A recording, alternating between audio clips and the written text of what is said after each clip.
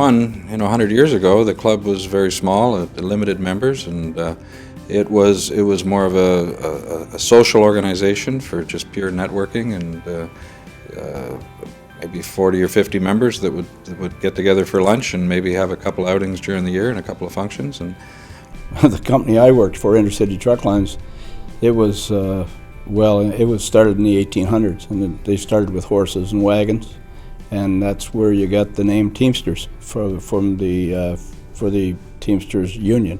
30 years ago, every city had a transportation club. You go out to Hamilton, and you go out to Kingston, and you go to Ottawa, and they all had traffic clubs, and really serve the same purpose they do today, which is very social. I just think it's a true testament to the people that have been involved, the passion they've shown for it, and some of the great leadership that we've had. Yeah, during the Depression, many companies were closed down, so obviously a lot of people were out of work, but fortunately they were able to count on some of the networking, some of the people they'd met through the club, and maybe find alternate employment during those days. I was closing off the first century of the club. I was the 99th president. It was a huge step, and I was proud of myself, and I felt privileged that they let me do that. I just wish the best for this organization, for its future directors and leaders, and for the membership. I know that this organization is getting bigger, better, stronger every year, and it would be remiss in not thanking the sponsors for all of the work that they do behind the scenes, both in time and in money. In 1973, it was a men's club, and there was very few women who were members, and today we have so many of the members that are women, and so many women that are involved in the industry at every level. I happen to know a lot of the people on the current board, past board, future boards coming forward, the executive, and I want to support them any way I can. From a company standpoint, of course, we've met many good friends that have become customers.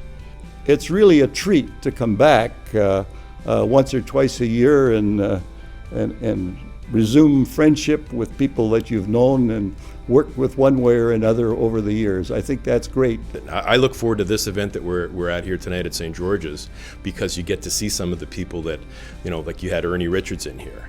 And he's an absolute classic. Like there's never going to be another Ernie. Like he's just the best. And I've been looking forward for weeks to come into this, just to see guys like him, because it's so much fun to see those people. And all the soap had a big F on it. The towels had a big F on it. The washcloths, even the trash cans in front of the elevators, the sand in the morning had a big F scrolled in it. We went down for lunch this day, and what my wife actually said was, "There's no F in the butter." But a waiter going by, he says, "Just a minute, madam, and I'll get you some." Well, she's been known ever since from the group that went down there as the lady that didn't have any F in butter. I think the most important thing is to remember where we've been. Without recognizing your past, your future is never certain. I think we have a good grasp of who we are and what we've been. We don't want to let go of those traditions, but we want at the same time recognize new opportunities and new components of industry, and certainly new ways of reaching out to our industry to stay in touch with people. And I'm here tonight as an honored guest, as a quarter-century member, and I really treasure that, and I wish the club all the best for the future. And I know it's a survivor, it is renewing itself, great things are happening, all kinds of events are taking place, and that's the way you do it. You network, you use people, and you get the next generation going. We're in the service industry. We don't sell a product, we sell ourselves, we sell our trust, we sell our we sell who we are as a company, and people buy based on our integrity. And I think the club emphasizes integrity and emphasizes trust. Probably that's why it's been around 100 years. It's a great experience. I'd definitely recommend it to anyone that had the opportunity to be a part of it. And there are people here that have been friends for 30, 40, 50 years, some of them downstairs. So you see these guys who are friends. They're not colleagues, they're not associates, they're friends. And I think that if anything, why we keep coming back is because of the friendships that we've gained in this industry. I've been to a number of these boards across North America, and by far, Toronto Transportation Club is the best. Then I started the ski day, and we started the go-kart day, and as you know, it's a very social club, networking, getting together, so that's how I ended up on the board. we're launching a women's lunch and learn, which is the first time ever, which is pretty exciting. Women in transportation, because women wouldn't traditionally think of transportation as a career choice.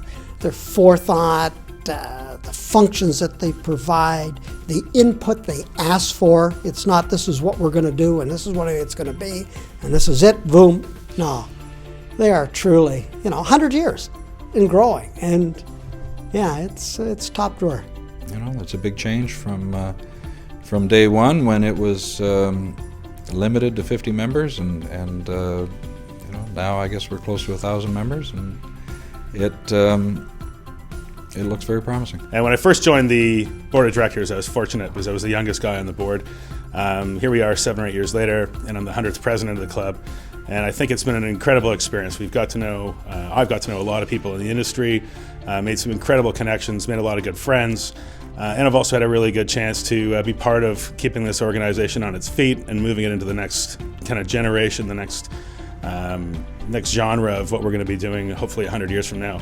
And sitting on the board has been a great experience. There's 16 directors that spend a lot of time and put a lot of energy into what we do. And it's a big commitment of time, it's a big commitment of energy and resources for sure.